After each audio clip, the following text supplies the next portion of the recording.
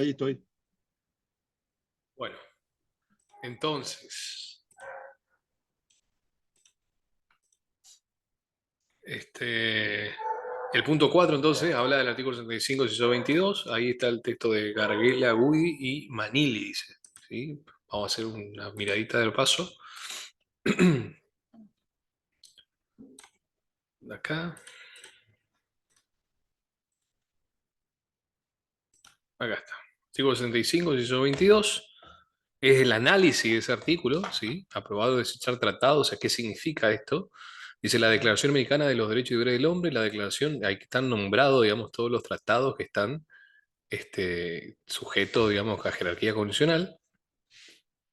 Y luego viene la explicación.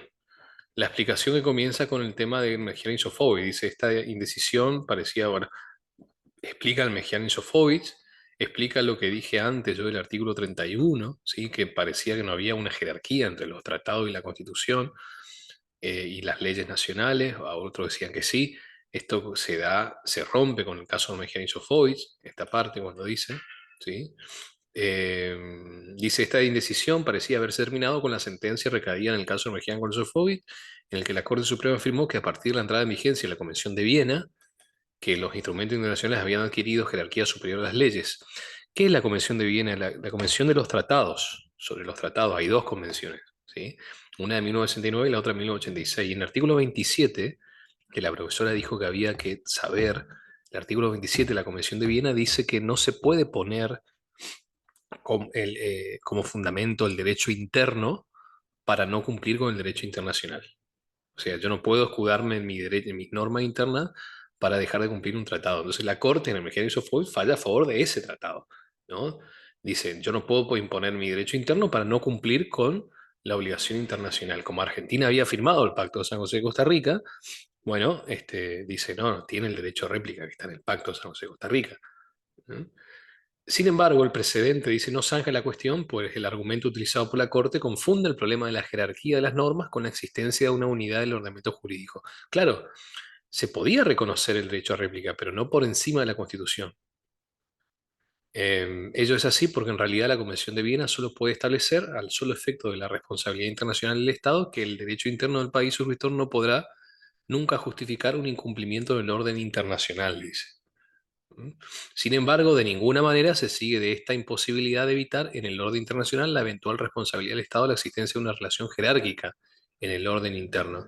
Es decir, que por un lado estamos hablando de cumplir el derecho internacional, pero por el otro estamos hablando de respetar las normas internas que tiene el país, ¿no es cierto? Y que hay una jerarquía en esas normas internas, que es lo que en el punto 3 hablamos de el bloque constitucional federal, a partir de la reforma de la Constitución.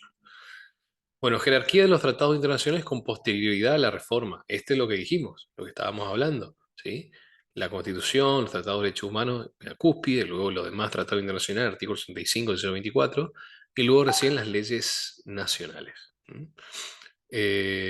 Dice que esos tratados internacionales no derogan artículo alguno de la Constitución, los complementan, no es que lo derogan. Y en las condiciones de su vigencia, y esto es lo que hay que saber qué significa. Dice, se ha dicho, entendemos que con razón, que esta afirmación contenida en la Constitución es ambigua. Ambigua significa que significa muchas cosas. Parte de la doctrina ha sostenido que la condición expresada en la cláusula se refiere al modo en que han sido aprobados y ratificados los tratados internacionales. Esto es, con las respectivas reservas y declaraciones interpretativas.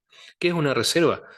Un país puede firmar un tratado, pero puede estar en contra de alguna cláusula. Entonces va a decir, bueno, esta parte no estoy de acuerdo y los demás países pueden aceptar si firma o no, ¿sí? Salvo que no estén en desacuerdo con alguna cláusula que sea elemental de ese tratado. Entonces ahí no puede estar en desacuerdo.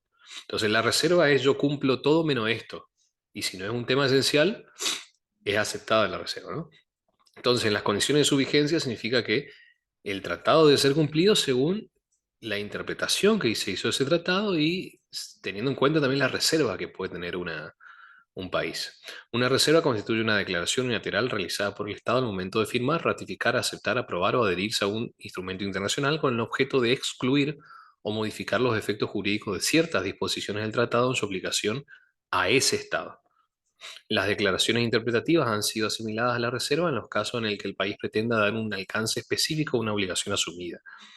La Corte Suprema, por su lado, también se ha ocupado de integrar el significado, de interpretar el significado de la remisión a las condiciones de su vigencia. En Giroldi, la Corte Federal señaló, o sea, en el caso Giroldi, la Corte señaló que la jerarquía otorgada en la reforma constitucional de 1994 a la Convención Americana en las condiciones de su vigencia importaba que la misma rige en nuestro país del mismo modo que lo hace en el ámbito internacional, considerando particularmente su efectiva aplicación jurisprudencial por los tribunales internacionales competentes para su interpretación y aplicación. Explico. En las condiciones de su vigencia en Argentina significa que el tratado significa lo mismo acá en Argentina que por el resto, digamos, de países en el ámbito internacional, ¿no? En virtud de ello, dictaminó que la aludida jurisprudencia debe servir de guía para la interpretación de los preceptos convencionales en la medida en que el Estado argentino reconoció la competencia de la Corte Interamericana para conocer en todos los casos relativos a la interpretación y aplicación de la Convención Americana, porque actuar de otro modo podría implicar la responsabilidad de la nación frente a la comunidad internacional. Como reconoció el tratado, tal cual lo firmó, también reconoce la competencia de la Corte Interamericana de Derechos Humanos, que reconoce que la Corte Interamericana es la que debe interpretar en última instancia, pero en Fontevecchia dijo que ellos no son una cuarta instancia. Importante aclarar ahora.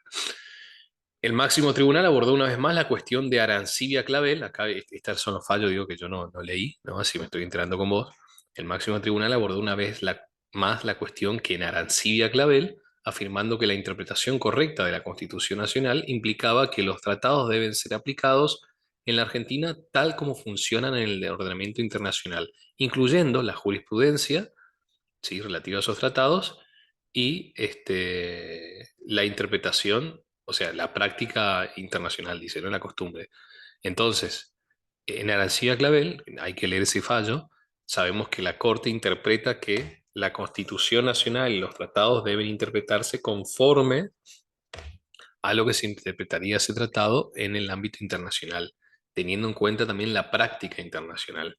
Y más o menos lo que dice el artículo 1 del Código Civil y Comercial, ¿no? Que ese código, este código tiene que interpretarse conforme a la Constitución y los tratados del derecho internacionales, ¿no? Algo así, como que refuerza esa opinión. Bueno, la obligatoriedad de la sentencia, este punto entró, ¿sí? En el fallo expósito, la Corte Suprema, o sea, ¿qué es lo que se ve acá? Dice, hasta aquí la significación específica de la interpretación del vocablo en condiciones de su vigencia. Sin embargo, se ha planteado ante la Corte Suprema la específica cuestión relativa al impacto que una sentencia en la instancia internacional tiene respecto a un fallo en nuestro máximo tribunal. O sea, en las condiciones de su vigencia significaba eso, que ese tratado sí hay que interpretarlo igual que en el ámbito internacional, incluida la jurisprudencia y doctrina internacional.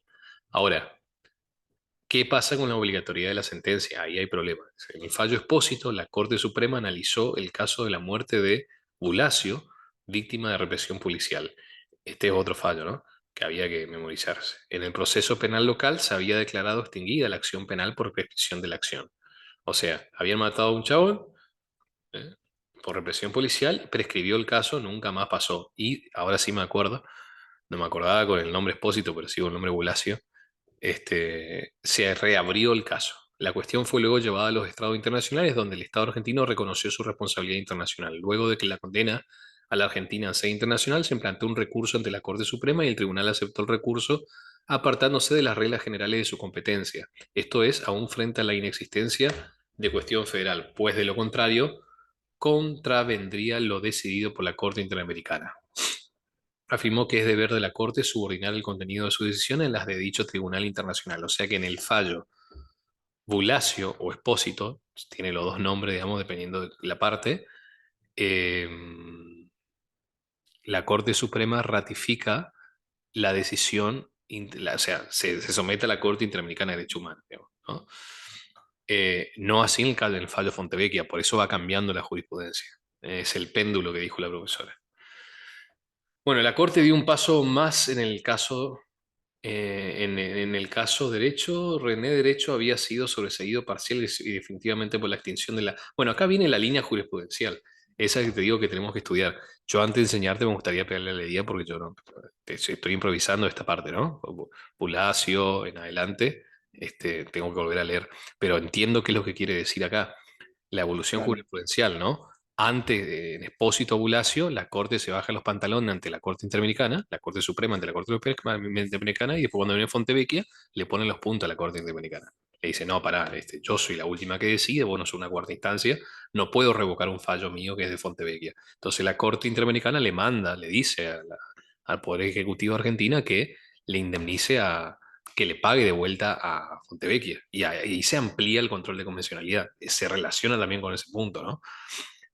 Ahora entiendo, digamos, bien por dónde va la cosa. ¿Estamos? Lo dejamos acá como para yo también interiorizarme y a partir del jueves Dale. soy todo derecho, derecho humano. ¿Tá? Me viene bien también enseñarte a vos para repasar, digamos, a partir del jueves, así que no tengo problema con eso. Ya va a estar aprobado ya. No sé el primer parcial por este tema. Este tema el que me va a hacer reprobar. Pero bueno, si estoy aprobado, igualmente Dale, vamos a dar las 2 horas de clase, no hay problema. Pero si no estoy eh, aprobado, con más ímpetu vamos a dar a la clase porque... dale. eh, Nos vemos entonces el miércoles a la noche. no, el miércoles no, el jueves. El- Yo rindo dos dale. materias, el miércoles y el jueves. Ah, cierto, perdón, cierto. El Ah, jueves. Y también si me puede marcar que yo tampoco seguí, que decía que había unos puntos que no entraban de ese temario. Después me lo dale, marcás. No me dale, acuerdo en dale, este momento. dale, dale, dale. Dale. Estoy pendiente de eso. Nos vemos. Nos vemos. Chao, chao.